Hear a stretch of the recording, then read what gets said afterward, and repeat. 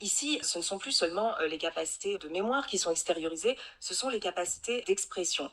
Or, les capacités d'expression sont tout aussi fragiles que les capacités de mémoire. Les capacités d'expression reposent évidemment sur les capacités de mémoire. Il faut être capable de se souvenir de ce qu'on a lu, de ce qu'on a entendu, de ce qu'on a vécu quand on s'exprime.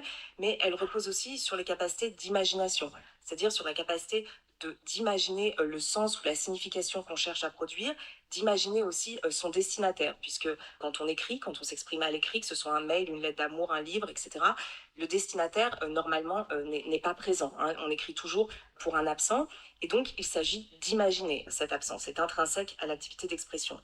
Et en réalité, cette projection imaginaire d'une altérité est à l'œuvre dans toute expression, même dans l'expression orale. Même quand le destinataire est présent physiquement, en fait, on ne coïncide pas avec lui. Nous ne sommes pas purement présents l'un à l'autre. Sans quoi, nous n'aurions pas besoin, évidemment, de nous exprimer, de nous parler, de passer par la médiation technique du langage.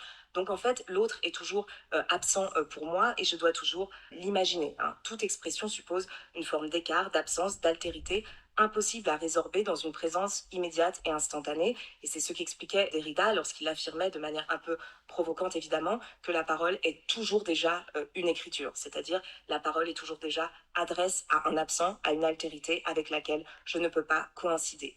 Et c'est précisément cette altérité que le développement des compagnons virtuels tend aujourd'hui à éliminer en remplaçant la rencontre de l'autre par l'échange d'informations avec une sorte de reflet de soi-même automatisé.